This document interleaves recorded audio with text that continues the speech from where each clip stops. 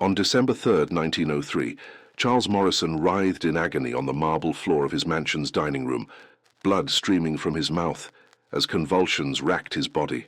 His young wife, Constance, knelt beside him, her black silk dress pristine despite the chaos, whispering words of comfort as she watched the life drain from his eyes. To the servants who rushed to help, she appeared to be the picture of a devoted wife in her moment of greatest tragedy. But as Charles drew his final breath, Constance Blackwell was already calculating how much his estate was worth, because this was not her first husband to die in such mysterious agony, nor would it be her last. Charles Morrison was husband number 6, and like the 5 men before him, his only crime was falling in love with the woman who would become known as America's most deadly bride.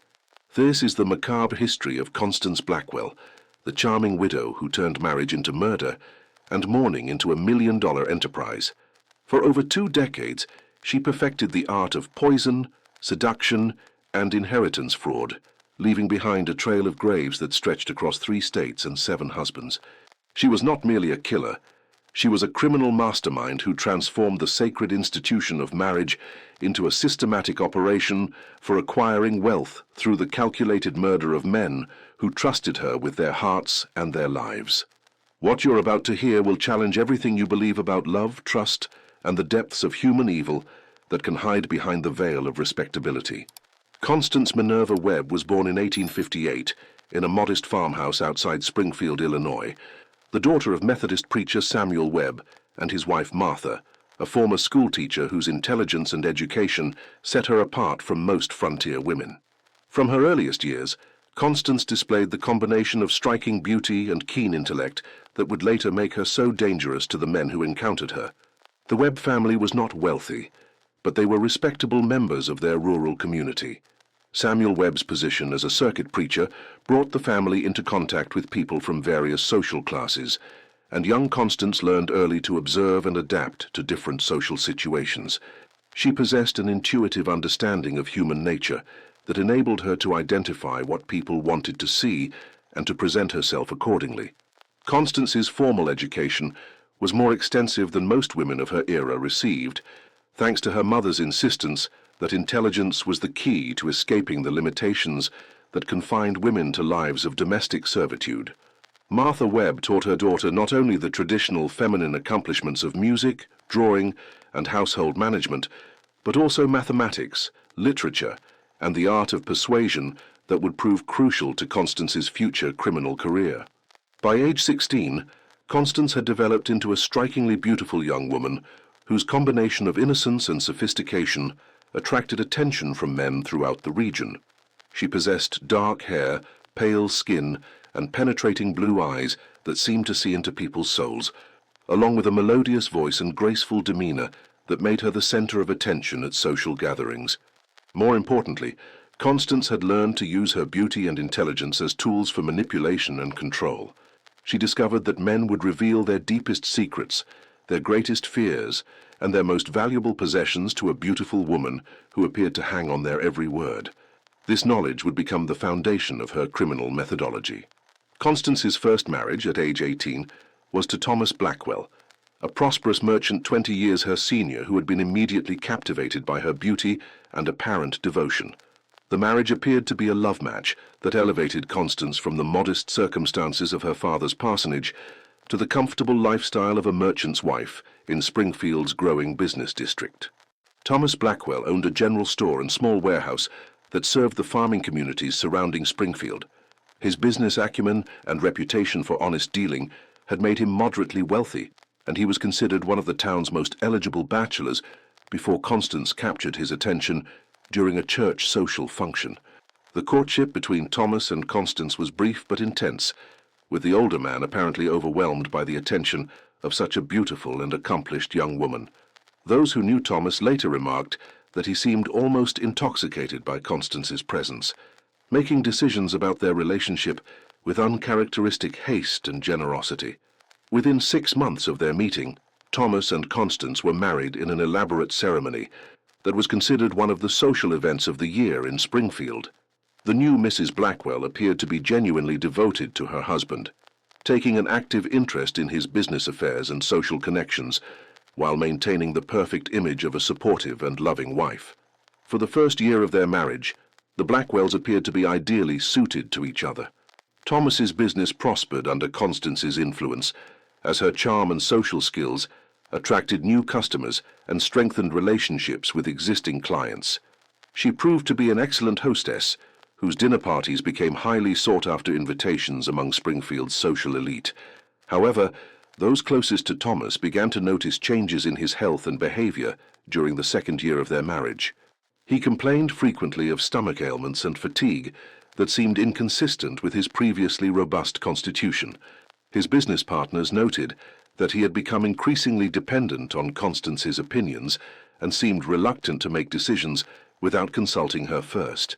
The symptoms of Thomas's declining health were subtle at first: occasional nausea, headaches, and periods of confusion that could be attributed to the stress of managing a growing business. But as months passed, the symptoms became more severe and more frequent, eventually developing into the pattern that would become tragically familiar to Constance's subsequent husbands. Dr. Harrison Mitchell, the physician who treated Thomas during his final illness, later described symptoms that were consistent with chronic poisoning: gradual weakness, digestive problems, hair loss, and neurological symptoms, including tremors and periods of disorientation. However, the medical knowledge of the 1870s was insufficient to identify these symptoms as evidence of deliberate poisoning, particularly when the patient's devoted wife appeared to be providing excellent care. Thomas Blackwell died on March 15, 1878, after an illness that lasted several months and left him a shadow of his former self. The official cause of death was listed as gastric fever, a common diagnosis for gastrointestinal ailments that were poorly understood at the time. His funeral was attended by hundreds of mourners who praised Constance's devoted care during her husband's final months. The young widow's grief appeared to be genuine and profound. She wore mourning clothes for the prescribed period, spoke movingly about her love for Thomas, and seemed to find comfort only in charitable activities and religious observances. Her behavior during this period enhanced her reputation as a devoted wife whose happiness had been destroyed by tragic loss. More importantly for Constance's future criminal career, Thomas's death had made her financially independent for the first time in her life. His will left her the majority of his estate, including the general store, warehouse property, and substantial cash savings that totaled nearly $50,000, a fortune that provided her with both the means and the freedom to pursue whatever opportunities might present themselves. The transformation of Constance from grieving widow to accomplished criminal began during the 2 years following Thomas's death. She used this period to study the legal and financial systems that governed inheritance, property ownership, and business transactions, developing expertise that would prove essential to her future operations. Constance also used her period of mourning to observe and analyze the social dynamics that surrounded wealthy widows in American society. She learned that widowhood could provide women with unusual freedom and social mobility, as widows were often viewed as tragic figures deserving of protection and assistance rather than potential threats or competitors. Most importantly, Constance discovered that her combination of beauty, wealth, and apparent vulnerability made her extraordinarily attractive to men who viewed marriage to a wealthy widow as an opportunity for both romantic fulfillment and financial advancement. This realization would become the cornerstone of her criminal methodology. Her second marriage, to railroad executive James Patterson in 1880, established the pattern that Constance would follow for the remainder of her criminal career. Patterson was a successful businessman whose railroad construction company had made him wealthy and influential throughout the Midwest. He was also a widower whose first wife had died in childbirth, leaving him lonely and eager for companionship. The courtship between Constance and James Patterson was carefully orchestrated by the widow, who had identified him as an ideal target for her evolving criminal plans. She encountered Patterson through carefully arranged social situations, presented herself as a refined woman seeking companionship after her tragic loss, and gradually revealed just enough of her vulnerability to activate his protective instincts. Patterson's friends later noted that he had become obsessed with Constance almost immediately after meeting her, displaying an intensity of feeling that seemed inconsistent with his previously practical approach to personal relationships. The businessman who had built a successful company through careful analysis and calculated risk-taking appeared to lose all objectivity when dealing with the beautiful widow. Their marriage ceremony was more elaborate than Constance's first wedding, reflecting both her enhanced social status and Patterson's desire to display his good fortune in winning such a desirable bride. The celebration was attended by prominent businessmen and social leaders from across the Midwest, establishing Constance as a figure of importance in regional society. The early months of the Patterson marriage followed a pattern that would become characteristic of all Constance's subsequent relationships.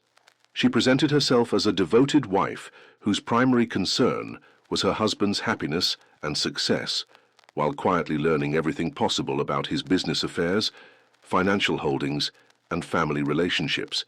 Patterson's railroad company was involved in several major construction projects that promised substantial profits over the coming years. His personal wealth included not only business assets, but also extensive real estate holdings and investments in other companies that made him one of the wealthiest men in the region. For Constance, his death would mean acquiring a fortune far exceeding what she had inherited from Thomas Blackwell. The process of murdering James Patterson required more sophisticated planning than had been necessary with Thomas Blackwell, as Patterson was a prominent businessman whose death would attract more attention and scrutiny. Constance needed to ensure that his death would appear natural, while avoiding any suspicion about her role in his demise. The method Constance chose was gradual arsenic poisoning, administered through Patterson's food over a period of several months.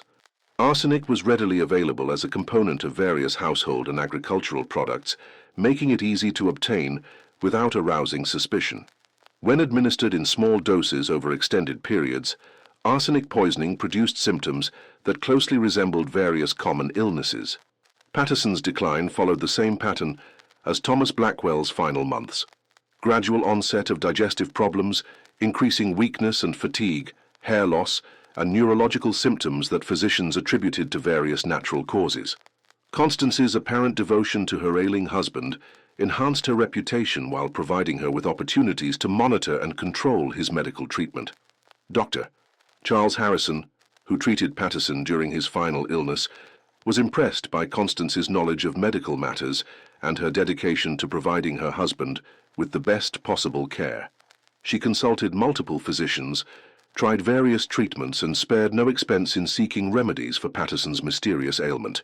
Her behavior appeared to be that of a devoted wife, fighting desperately to save her husband's life. James Patterson died on November 22, 1882, after an illness that lasted 6 months, and left the railroad executive reduced to a fraction of his former physical and mental capabilities. His funeral was attended by business leaders and politicians from across the Midwest, and Constance's grief was noted by newspapers as evidence of the profound love that had existed between the couple. The settlement of Patterson's estate provided Constance with wealth that elevated her to the ranks of America's richest women. His business interests, real estate holdings, and investment portfolio were valued at more than $300,000, making the young widow one of the wealthiest individuals in Illinois. More importantly, the complexity of Patterson's business affairs provided Constance with experience in managing large-scale financial operations that would prove essential to her future criminal activities. Constance's third marriage, to Chicago banker Harold Morrison in 1884, marked her transition from opportunistic killer to systematic criminal mastermind. Morrison was not only wealthy, but also sophisticated about financial matters, requiring Constance to develop more advanced techniques for avoiding detection while extracting maximum profit from his death. Harold Morrison was the president of First National Bank of Chicago and a prominent figure in the city's financial community. His marriage to Constance was seen as the union of two of the Midwest's most eligible and wealthy individuals, and their wedding was covered extensively by society newspapers throughout the region. Morrison's courtship of Constance had been intense but brief, following the pattern established with Patterson. The banker appeared to be completely captivated by the beautiful widow, making financial and personal decisions with unprecedented haste and generosity. Friends and business associates noted that Morrison seemed almost desperate to secure Constance's affection, offering her gifts and privileges that exceeded normal courtship conventions.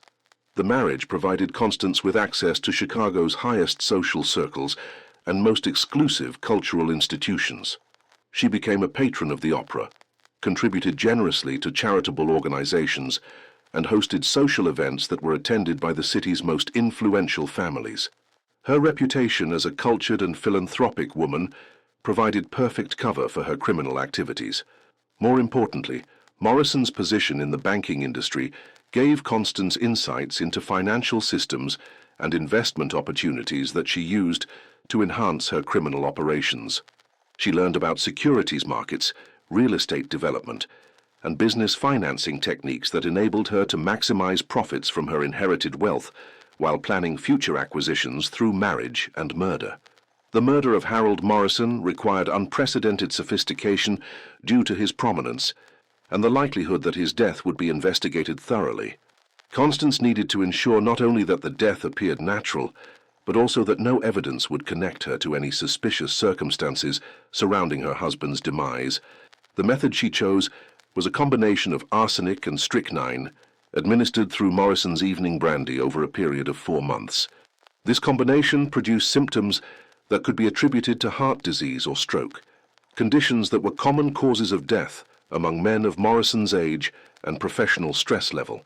Morrison's final illness was characterized by episodes of chest pain, difficulty breathing, and periods of confusion that physicians attributed to cardiovascular disease exacerbated by the pressures of managing a major financial institution. Constance's apparent devotion during this period was noted by Chicago newspapers, which praised her dedication to providing her husband with every possible comfort during his decline. Harold Morrison died on June 10, 1886, in his Chicago mansion, surrounded by physicians who had been unable to determine the exact cause of his cardiovascular collapse. His funeral was attended by Chicago's business and political elite, and Constance's composed grief was noted as evidence of her strength and dignity in the face of tragedy. The settlement of Morrison's estate provided Constance with assets exceeding $700,000, making her one of the wealthiest women in America. His banking interests, real estate holdings, and securities portfolio established her as a significant force in Chicago's financial community and provided her with the resources to pursue whatever opportunities might present themselves. The success of her first 3 marriages convinced Constance that she had perfected a reliable method for acquiring wealth through systematic murder disguised as unfortunate but natural deaths. She had also learned to use her reputation as a tragic widow to gain sympathy and support from communities that viewed her as a victim of cruel fate rather than a calculating predator. Her 4th marriage, to Philadelphia industrialist Robert Sterling in 1887, demonstrated how Constance's criminal methods had evolved to incorporate more sophisticated psychological manipulation and financial planning. Sterling was not only wealthy, but also connected to influential political and business networks that required careful management to avoid suspicion. Robert Sterling owned steel mills and manufacturing plants that supplied materials for America's rapidly expanding railroad and construction industries. His personal wealth was estimated at more than $1 million, making him one of the richest men on the East Coast. His marriage to Constance was seen as confirmation of her status as one of America's most desirable widows. The courtship between Sterling and Constance was longer and more complex than her previous relationships, reflecting both his sophistication and her growing skill at psychological manipulation. She presented herself as a woman who had been wounded by loss, but was gradually healing through Sterling's patient courtship and genuine affection. Sterling's friends and business associates noted that the industrialist seemed rejuvenated by his relationship with Constance, displaying energy and optimism that had been absent since his first wife's death several years earlier. He spoke frequently about his plans for their future together, and his gratitude for finding love again after experiencing such profound loss. The marriage ceremony was held in Philadelphia's most fashionable church, and was attended by business leaders, politicians, and social figures from throughout the Northeast. Constance's transformation from Midwestern widow to East Coast socialite was complete, and her acceptance into Philadelphia's highest social circles provided her with new opportunities for criminal exploitation. Sterling's murder presented unique challenges due to his prominence and the sophisticated medical care available in Philadelphia. Constance needed to ensure that his death would not only appear natural, but would also withstand scrutiny from the advanced physicians and medical facilities available in a major metropolitan area. The method she chose was digitalis poisoning, using extracts from foxglove plants that she cultivated in her garden under the guise of maintaining an interest in botanical studies. Digitalis affected the heart in ways that closely resembled natural cardiac conditions, making it ideal for murdering victims whose deaths needed to appear consistent with heart disease. Sterling's final illness lasted 3 months and was characterized by irregular heartbeat, fatigue, and episodes of confusion that physicians attributed to cardiovascular disease, complicated by the stress of managing his extensive business interests. Constance's apparent devotion during this period included consulting with multiple specialists and sparing no expense to provide her husband with the best possible medical care. Robert Sterling died on September 18, 1889, in his Philadelphia mansion, surrounded by family members and physicians who attributed his death to heart failure brought on by the combination of age, stress, and underlying cardiovascular disease. His funeral was attended by hundreds of mourners, including business leaders and politicians, who praised Constance's devoted care during her husband's final months. The settlement of Sterling's estate provided Constance with assets exceeding $1.5 million, establishing her as one of the wealthiest individuals in America. His industrial holdings, real estate properties, and financial investments created a portfolio that generated substantial ongoing income while providing her with the resources to pursue increasingly ambitious criminal projects. By 1890, Constance Blackwell had become a figure of national prominence, known throughout American society as a wealthy widow whose tragic losses had made her an object of sympathy and admiration. Her charitable activities, cultural patronage, and apparent devotion to the memory of her deceased husbands had created a public image that made it virtually impossible for anyone to suspect her of criminal activity.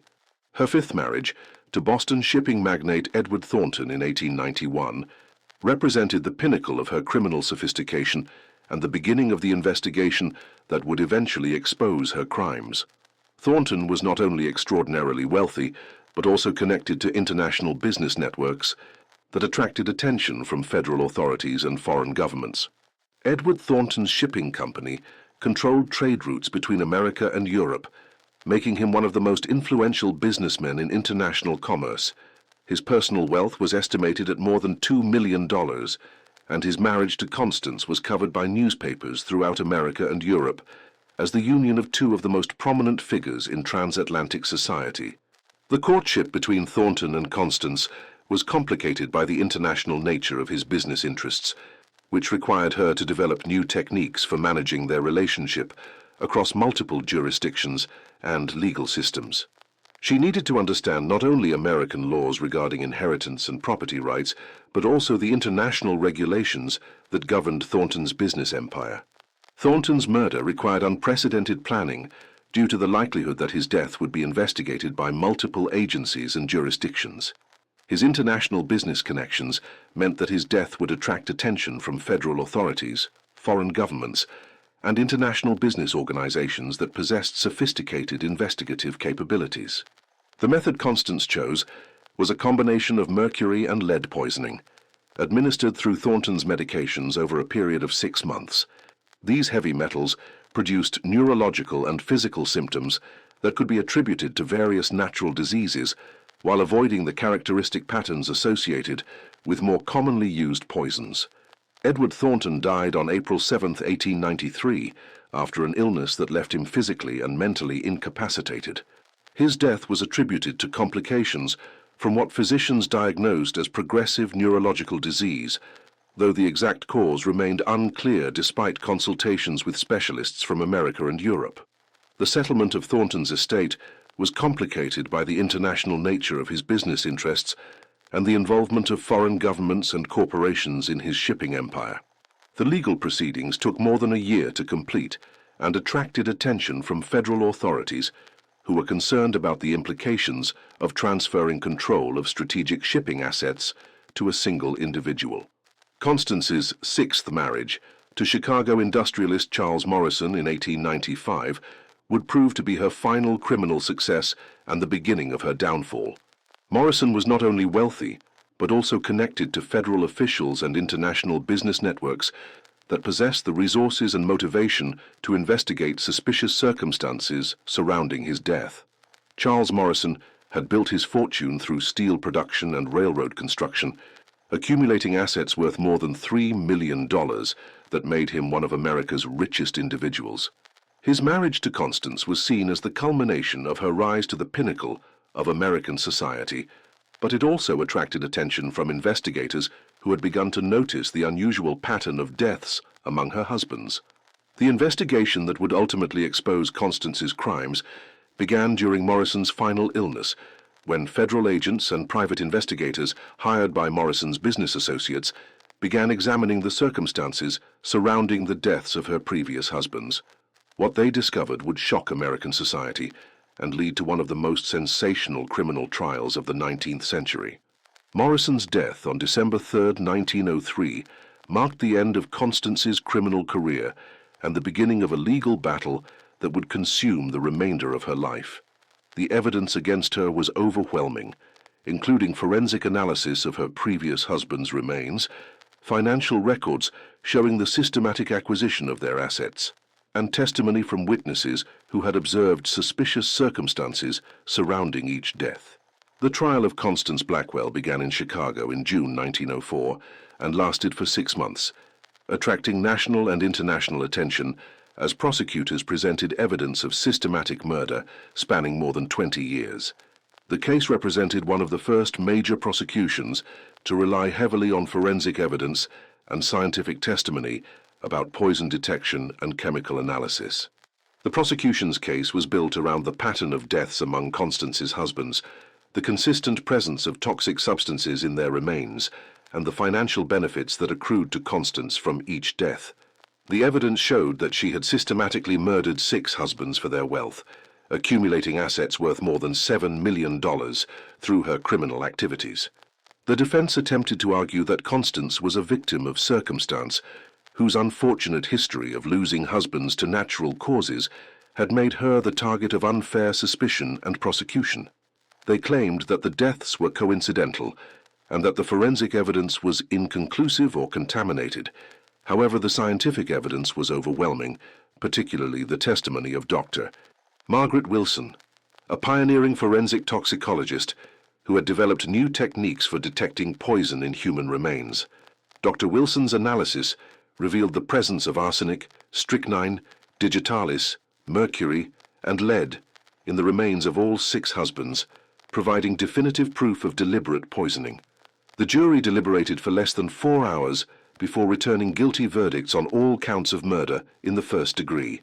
Constance Blackwell was sentenced to death by electrocution, though her sentence was later commuted to life imprisonment due to her gender and the influence of prominent supporters who believed that executing a woman would be inappropriate regardless of her crimes. Constance spent the remaining 32 years of her life in Auburn State Prison, where she died in 1936 at age 78. She never admitted guilt for her crimes and maintained until her death that she had been the victim of a conspiracy orchestrated by her husband's business associates who wanted to claim her inherited wealth. The case of Constance Blackwell had profound impacts on American law enforcement, forensic science, and public awareness of systematic murder for financial gain. Her crimes contributed to the development of improved techniques for detecting poison, better coordination between law enforcement agencies investigating suspicious deaths, and increased scrutiny of individuals who benefited significantly from multiple deaths of family members. The psychological profile of Constance Blackwell that emerged during and after her trial revealed a woman who possessed extraordinary intelligence and self-control, combined with complete absence of normal human empathy or moral restraint. Her ability to maintain loving relationships with her husbands while planning their murders demonstrated a level of psychological compartmentalization that challenged contemporary understanding of criminal behavior. Modern criminal psychologists who have studied the Blackwell case identify her as one of the most sophisticated serial killers in American history, whose crimes required not only the ability to commit murder without detection, but also the social and intellectual skills necessary to navigate the highest levels of American society while maintaining a facade of respectability and virtue. The financial impact of Constance's crimes extended far beyond the immediate victims to include their business associates, employees, and the communities that depended on their economic activities. The transfer of assets from productive business enterprises to a single criminal resulted in economic disruption that affected thousands of people who had depended on the stability and growth of her victims' companies. The social impact of the case was equally significant, as American society was forced to confront the possibility that individuals who appeared to represent the highest ideals of respectability and virtue could be capable of systematic evil. The revelation that a woman who had been celebrated for her charitable activities and cultural patronage had actually been a calculating murderer challenged fundamental assumptions about the relationship between social status and moral character. The case also highlighted the particular vulnerability of wealthy widowers to exploitation by individuals who could use romantic manipulation as a tool for criminal enterprise. The pattern established by Constance's crimes led to increased awareness of the risks faced by wealthy individuals seeking companionship after the loss of spouses, contributing to the development of better protective measures and investigative procedures. The international attention attracted by the Blackwell case contributed to improved cooperation between law enforcement agencies in different countries, as investigators recognized that sophisticated criminals could exploit jurisdictional boundaries and international legal differences to avoid detection and prosecution for their crimes. The forensic techniques developed during the investigation of Constance's crimes influenced criminal investigation practices throughout the United States and internationally, particularly in cases involving suspected poisoning and systematic murder for financial gain. The scientific methods pioneered by Dr. Margaret Wilson became standard procedures for forensic toxicology and contributed to the development of forensic science as a distinct professional discipline. The case also influenced the development of inheritance laws and estate management practices designed to prevent criminals from benefiting from the murders of family members. Legal reforms included requirements for more thorough investigation of suspicious deaths among wealthy individuals and procedures for placing inheritance assets in trust, pending the resolution of any criminal investigations. The popular culture impact of the Constance Blackwell case was enormous, inspiring countless books, articles, plays, and eventually films that often dramatized or sensationalized the actual facts, while keeping public attention focused on the case and its implications for understanding criminal behavior and social deception. The case established many conventions of true crime reporting that emphasized the contrast between criminals' public personas and their private actions, the importance of scientific evidence in criminal prosecution, and the particular dangers posed by individuals who could exploit social expectations and romantic relationships for criminal purposes. The victims of Constance Blackwell deserve to be remembered not only as statistics in a sensational criminal case, but as individuals whose lives and contributions were destroyed by a predator who viewed marriage as nothing more than an opportunity for profit through murder. Each of her 6 husbands represented achievements, aspirations, and potential contributions that were eliminated by Constance's greed and complete absence of human compassion. Thomas Blackwell's honest dealing and community service as a merchant contributed to the economic development of Springfield and provided employment and essential services for farming communities throughout central Illinois. His death deprived his community of a respected business leader whose integrity and generosity had made him a model for other entrepreneurs. James Patterson's railroad construction company helped build the transportation infrastructure that enabled American economic expansion during the late 19th century. His death disrupted major construction projects and eliminated a source of employment for hundreds of workers whose livelihoods depended on his business enterprises. Harold Morrison's leadership of First National Bank of Chicago contributed to the financial stability and growth of one of America's most important commercial centers. His death created uncertainty in financial markets and eliminated a source of capital and expertise that had supported numerous business development projects. Robert Sterling's steel mills and manufacturing plants provided materials essential to America's industrial development, and employed thousands of workers whose families depended on the wages and economic opportunities created by his business enterprises. His death disrupted production schedules and eliminated a source of innovation and investment in manufacturing technology.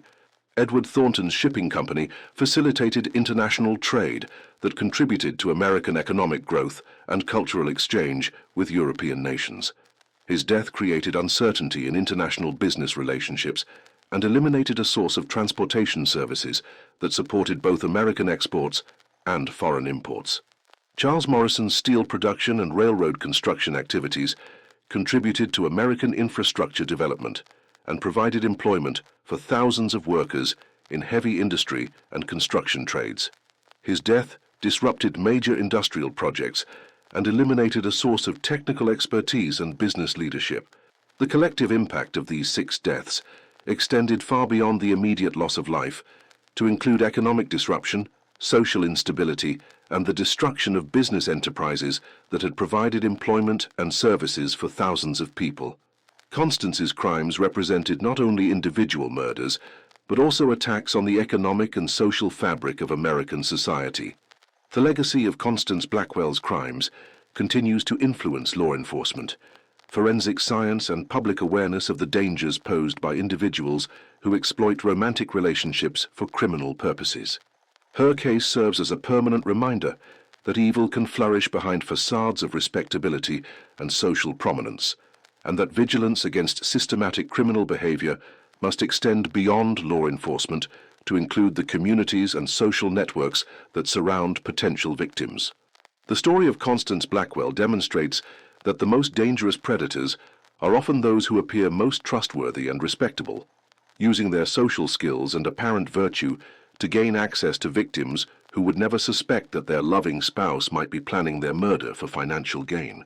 Her case established patterns of behavior and investigation techniques that continue to influence how law enforcement agencies approach cases involving suspected systematic murder within family relationships. In the end, the macabre history of Constance Blackwell serves as a cautionary tale about the dangers of allowing appearances to override evidence, the importance of thorough investigation when suspicious patterns emerge, and the responsibility of communities to protect vulnerable individuals from predators who would exploit trust and affection for criminal purposes. The 6 men who died believing they had found love with Constance Blackwell instead found only death at the hands of America's most notorious widow of death. Their tragedy reminds us that vigilance against evil must never cease, even when that evil wears the face of beauty, respectability, and apparent devotion. The price of protecting the innocent is eternal watchfulness, and our willingness to investigate disturbing patterns, even when they involve people who appear to be above suspicion, can mean the difference between justice and continued tragedy for those who trust too easily and love too well. The investigation that ultimately exposed Constance's crimes began with the suspicions of Dr. Elizabeth Harper, a pioneering female physician who had been called to consult on Charles Morrison's mysterious illness during his final weeks. Dr. Harper's medical training had included study of toxicology under European specialists, giving her knowledge of poison symptoms that was unusual among American physicians of the era. During her examination of Morrison, Dr. Harper noticed symptoms that seemed inconsistent with the heart disease diagnosis provided by his regular physicians. The combination of neurological symptoms, hair loss, and digestive problems suggested heavy metal poisoning rather than cardiovascular disease. More importantly, she observed that Morrison's condition seemed to worsen after meals prepared personally by his devoted wife. Dr. Harper's growing suspicions were reinforced by her conversations with Morrison's servants, who mentioned that Mrs.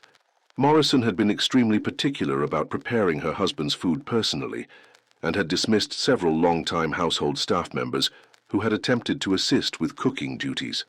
The servants also mentioned finding unusual substances in the kitchen that Constance claimed were special medicines prescribed by European specialists. When Dr. Harper attempted to discuss her suspicions with Morrison's family physician, Dr. Walter Brennan, she encountered resistance and dismissal that she later realized was influenced by Constance's charm and social position. Dr. Brennan praised Constance's devoted care and suggested that Dr. Harper's suspicions were influenced by professional jealousy rather than medical evidence. Frustrated by the medical establishment's unwillingness to consider her concerns, Dr. Harper began conducting her own investigation into Constance's previous marriages.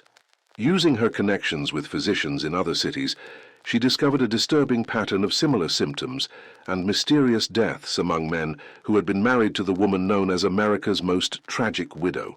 Dr. Harper's correspondence with Dr. Samuel Mitchell in Philadelphia, who had treated Robert Sterling during his final illness, revealed striking similarities between Sterling's symptoms and those displayed by Morrison. Both men had experienced progressive neurological deterioration, hair loss, and digestive problems that their physicians had attributed to various natural causes. More significantly, Dr. Mitchell mentioned that Mrs. Sterling had been extraordinarily knowledgeable about medical matters and had insisted on preparing special foods and medications for her husband, despite the availability of professional nursing care. This pattern of behavior was identical to what Dr. Harper had observed with Constance and Morrison. The investigation expanded when Dr. Harper contacted Dr. James Wilson in Chicago, who had treated Harold Morrison during his final illness in 1886. Dr. Wilson's records showed that Morrison had displayed symptoms virtually identical to those experienced by both Sterling and the current Charles Morrison, including the same progression of neurological and digestive problems. Dr. Wilson also provided crucial information about Constance's behavior during Harold Morrison's illness, including her insistence on controlling all aspects of her husband's medical care and her unusual knowledge of pharmaceutical preparations. Most importantly, Dr. Wilson mentioned that he had retained tissue samples from Morrison's autopsy, preserved according to new forensic procedures that were being developed in European medical schools. The breakthrough in the investigation came when Dr. Harper convinced Dr. Margaret Wilson, a forensic toxicologist who had studied in Germany and France, to analyze the preserved tissue samples using advanced chemical detection techniques that had recently been developed for criminal investigations. The analysis revealed high concentrations of arsenic and mercury in Harold Morrison's remains, providing definitive proof of deliberate poisoning. Armed with scientific evidence of murder, Dr.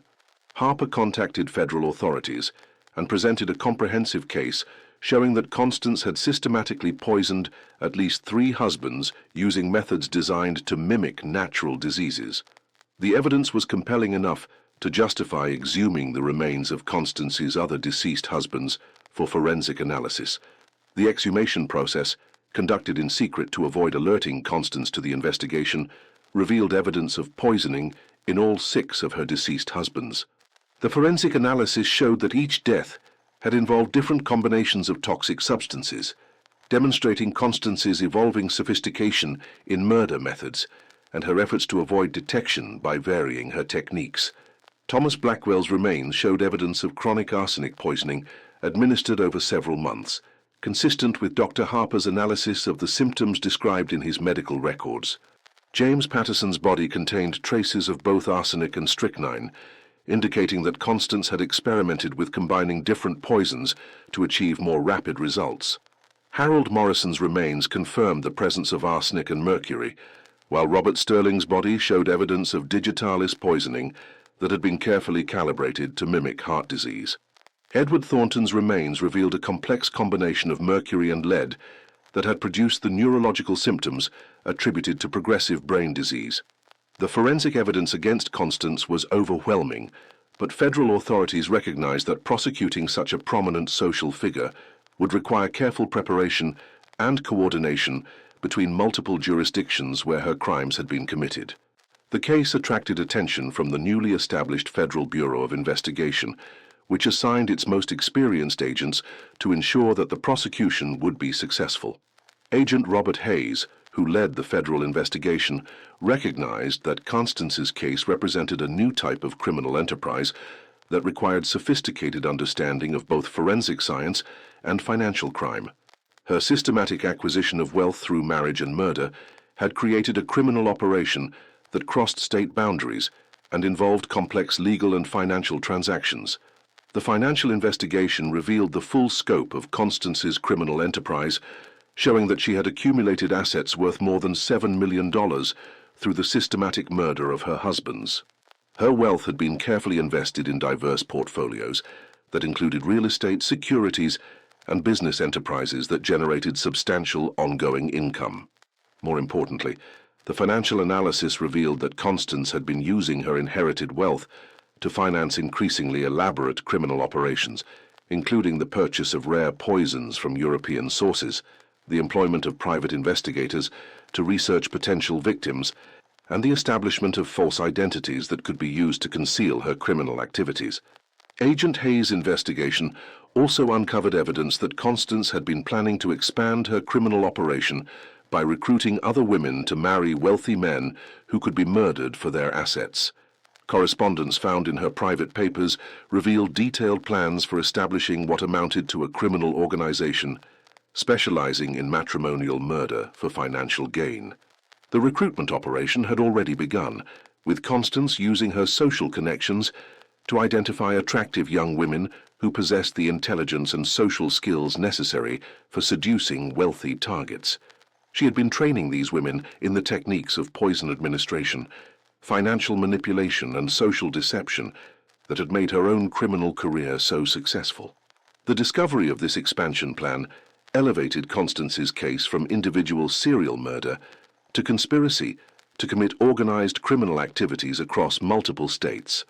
Federal authorities recognized that her capture was essential to prevent the establishment of a criminal network that could have claimed dozens of additional victims throughout the United States.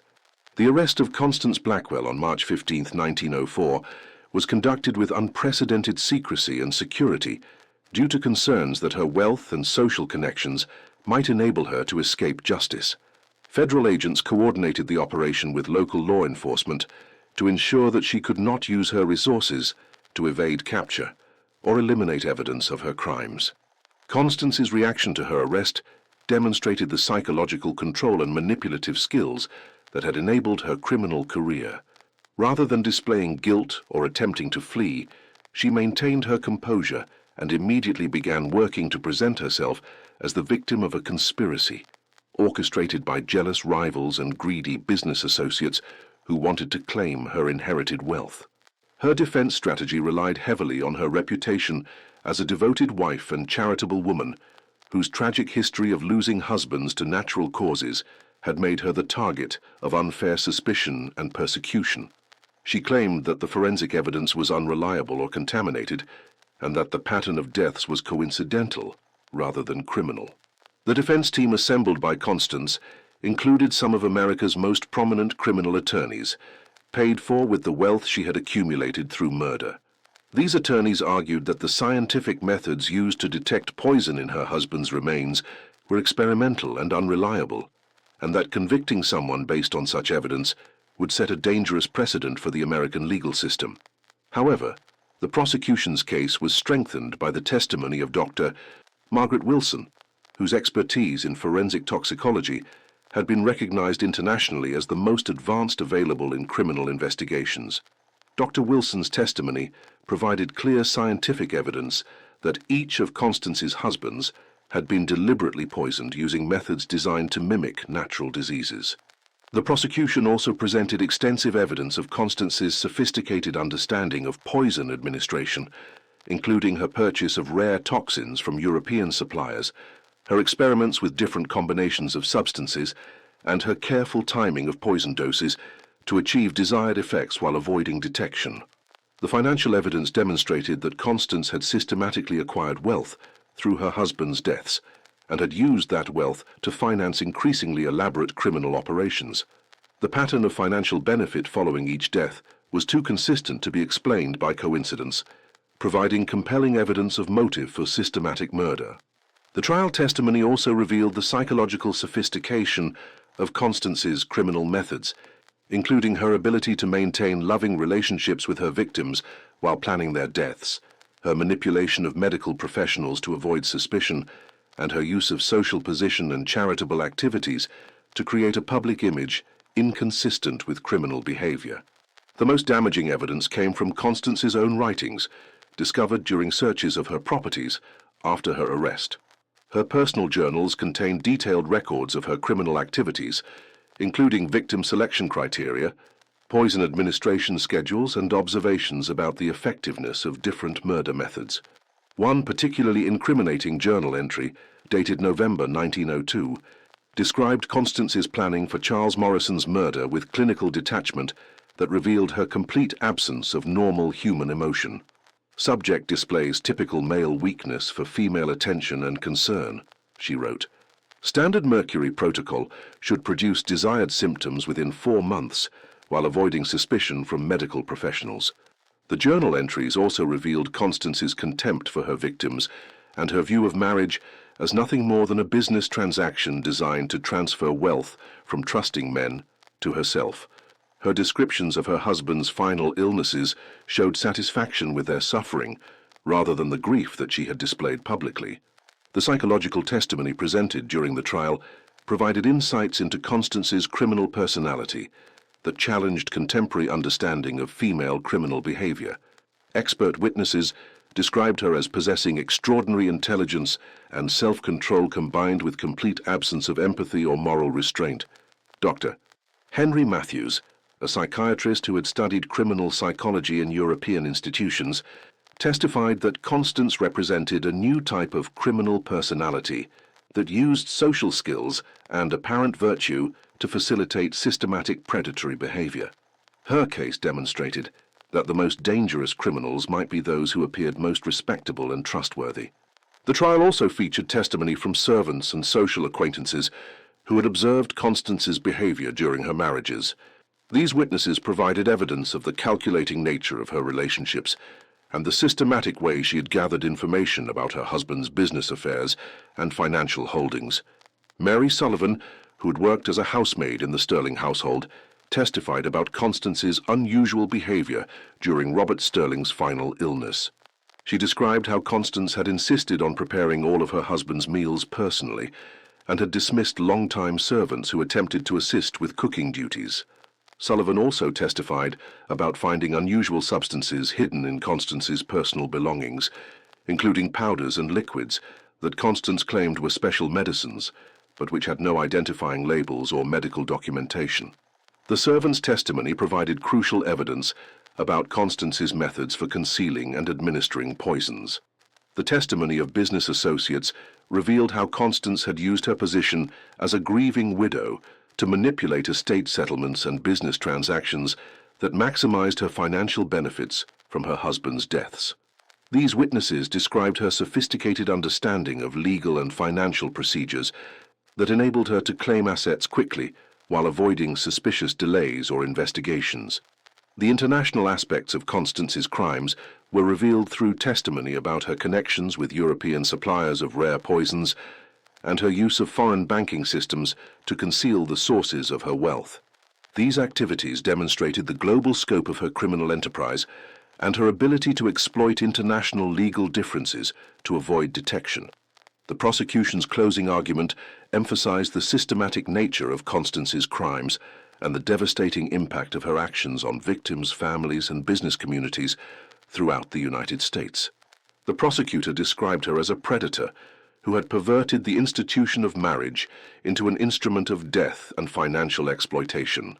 The defense's closing argument attempted to portray Constance as a victim of circumstance whose tragic history of losing husbands to natural causes had made her the target of unfair prosecution based on unreliable scientific evidence and conspiracy theories promoted by jealous rivals. However, the scientific evidence was overwhelming, and the jury's verdict reflected their conviction that Constance had systematically murdered 6 husbands for financial gain. The guilty verdict was returned after only 3 hours of deliberation, despite the complexity of the evidence and the high social status of the defendant.